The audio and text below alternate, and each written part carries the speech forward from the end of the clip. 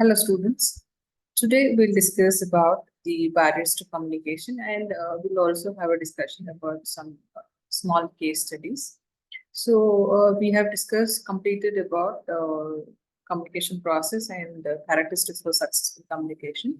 And while we discussing about communication process, we discussed about the disturbances or distortions during the passage of message from sender to receiver through medium. So those distortions represented it through noise. So similar to noise, there are some other barriers, some other distortions. We call those distortions as barriers to communication. So if the message doesn't reach the receiver in proper manner, or if the receiver has not understood the message in a proper way, then that receives in a ineffective communication. So we can attribute that to the barrier to communication. So we can say there are some barriers acting in the communication process, which has acted during the communication process, because of which the communication is not successful. So we can again classify these barriers into barriers related to sender and barriers related to receivers. So first, let us take up the barriers related to sender. So there are few barriers which are related to sender. Few of them are lack of planning, vagueness about the purpose, poor choice of words, incorrect assumptions, different perception, wrong choice of channel, and emotions. So these are few barriers related to sender. So as a sender, before sending a message, you should have a clarity. So when do you get a clarity? When you properly plan what the message has to be sent. So first thing is you should understand what the message is and properly plan like what the message has to be sent, how the message has to be sent, and whom the message has to be sent. So if the planning is proper, then the message is sent properly and the communication will be effective. If at all planning is not proper, there is lack of planning. Without planning, you're passing the message. Obviously, it acts as one of the barriers to communication. Then vagueness about the purpose. If the purpose, what is the objective behind sending the message or communicating, is not understood properly by the sender. If the purpose itself is not understood by the sender, then obviously the message will not be properly understood by the receiver. So this also acts as a barrier to communication. Then poor choice of words. Words, as we discussed, gives the clarity about the message. If you have chosen a wrong choice of words or poor choice of words, then this also affects the communication, because different words mean different at different situations. So you have to always use right kind of words for communicating. Incorrect assumptions. You should not assume anything before sending a message. Okay, so without any pre-assumptions, you have to send the complete and correct message to the senders. So sorry, to the receiver. Different perception. So your understanding about the meaning is different, and the message understood by the receiver should not be a different one. So this difference in the perception, or the message will be something different, and your perception about the message is something different, acts as a barrier during the communication process. Then wrong choice of channel. The medium is very, very important to pass on the message from the sender to the receiver. If you have chosen a wrong message, wrong channel or a medium to pass on the message, for example, if you have chosen a non-verbal communication where verbal communication would have been a suitable channel, then that acts as a wrong barrier to the communication. Then emotions. Always keep it in mind. Emotion should not interrupt or interfere in between the communication process. So emotions should be under control. If your emotions play during the communication process, then obviously it acts as barrier to communication. Then few barriers are related to the receivers. So they are poor listening skills, mistrust, lack of interest, premature evaluation, bias, different perception of reality, attitudinal clash with the sender, and unfit physical state. So poor listening skill. Listening skill is the key to the effective communication. If the receiver doesn't have good listening skills, obviously it is a barrier. Then mistrust.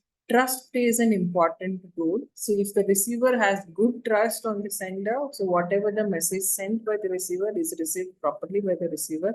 If that is in the reverse, then the mistrust might mislead the communication. Lack of interest on the topic might also act as a barrier. Premature evaluation. Before the completion of the message, if you try to assume something, if you try to understand and interpret the message in a different way, then that is called as premature evaluation. What happens? The message will be incomplete and some crucial information might be missed out, so which might lead to ineffective communication. Then bias, leading to bias, discrimination. Okay, then different perceptions of reality. If the receiver is assuming or perceiving the message in a different reality, reality is some, in reality the message means something, but you are receiving it in a different way. Attitudinal clash with the sender. If at all there is a clash between the sender and the receiver, the message will be distorted. It will not be received in the right way. Unfit physical state. Even the physical state means a lot. Physical state supports the good listening skills also. If the physically, if the receiver is physically not in a fit state, that also disrupts the listening.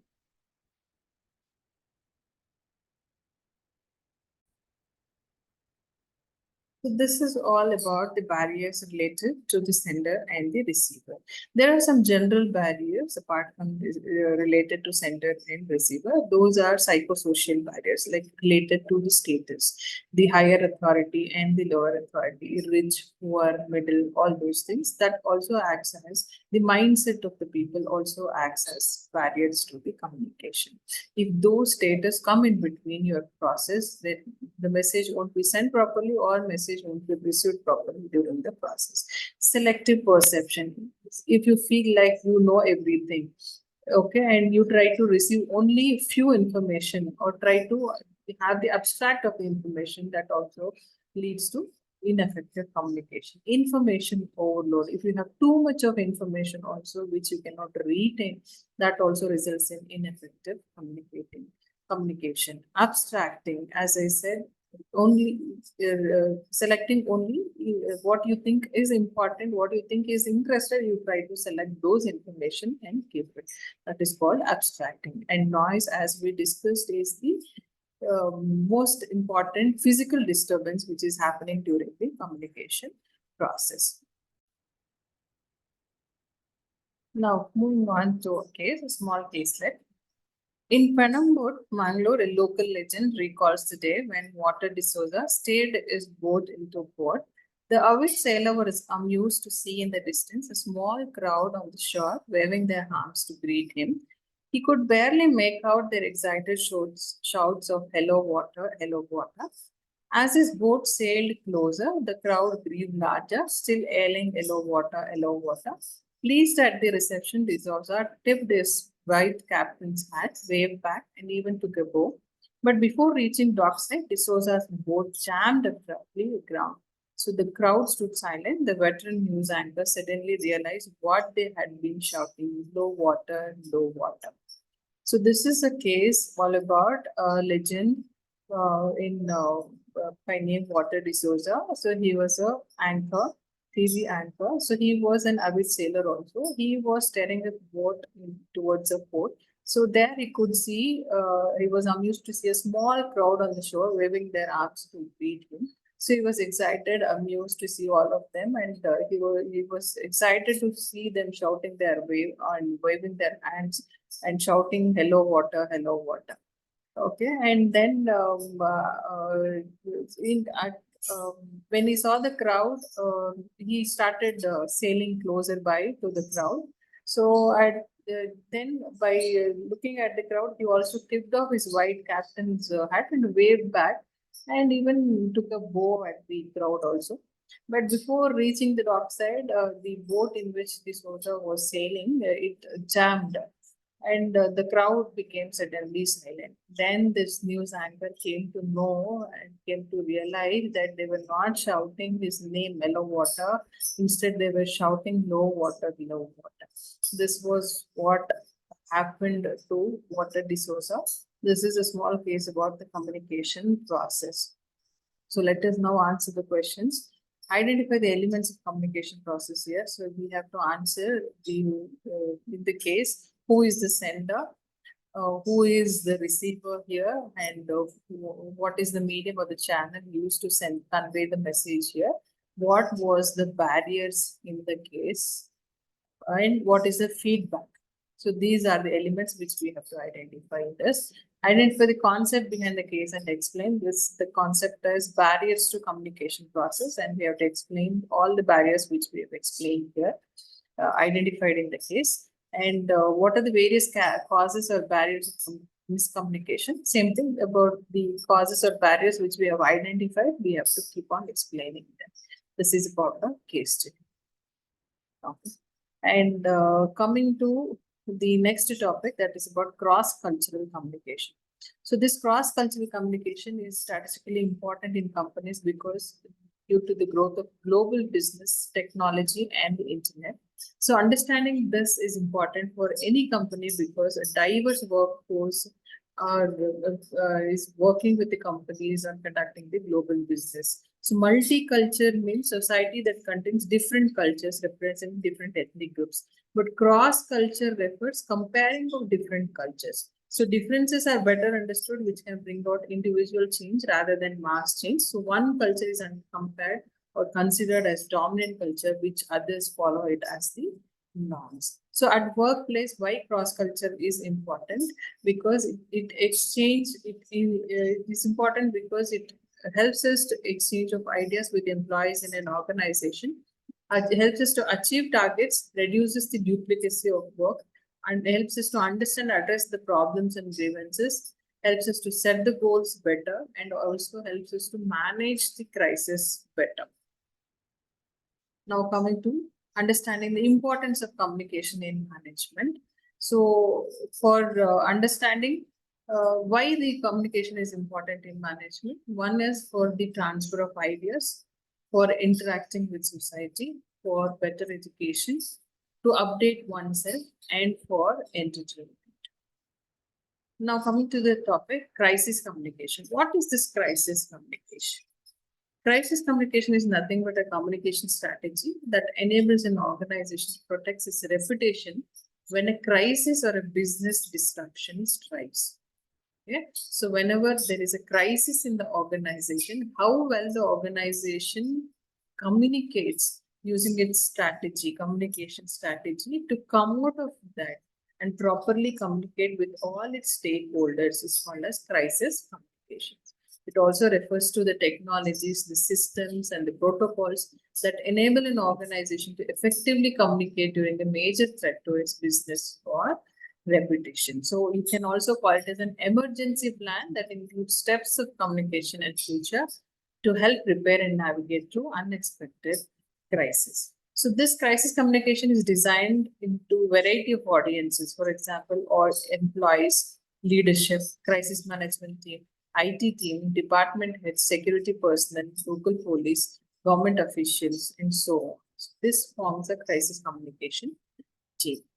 So what is ethical communication? It refers to the practice of conveying information honestly, respectfully, and responsibly by taking into account the impact of one's words and actions on the others. So how well you talk with honesty, respect, and responsibility, taking into account the empathy on the others. So it involves upholding the principles such as truthfulness, integrity, fairness, and respect for others' rights and dignity. So we have some of the legal consequences of ethical communication. So these legal consequences include truthfulness and accuracy. Ethical communication always requires being truthful and accurate in conveying the information. So if misrepresenting facts and making false statements, it can lead to legal consequences such as defamation, fraud, and if done under oath also. Respect for privacy. Ethical communication respects individuals' privacy, rights, and confidentiality. So unauthorized disclosure of confidential information may result in legal actions. So respect for intellectual property. So it also involves such as copyrights, trademarks, and patents. So any infringement legal actions will be claimed. Avoidance of harassment and discrimination. This is also based on factors such as race, gender, religion, age, all those things. And violating these anti-discrimination laws can result in some legal consequences and penalties. Informed consent. So this also requires obtaining informed consent when sharing sensitive information or engaging in activities that may impact others. So failure to obtain consent may also lead to legal claims. Then corporate communication and security laws. So in business communication, this might extend with security laws and regulations. So misleading or fraudulent communication can lead to legal liability for security efforts also. Professional code of conduct. So professions have code of ethics and conduct that prescribe ethical standards. So violating these standards results in disciplinary action by the professional associations. So this is all about today's chapter. Thank you all.